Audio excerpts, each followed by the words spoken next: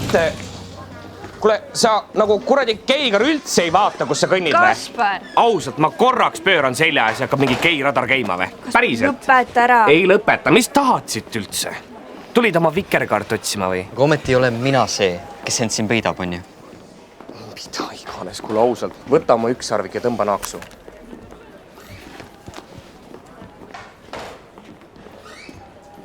Mida? Mis sul viga on? Millal seda rahul jätad?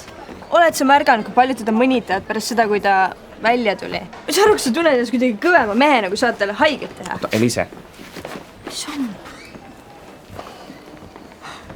Ma lähen räägin ise temaga. Ausalt, ma palun vabandust. Okei. Jaa, davai.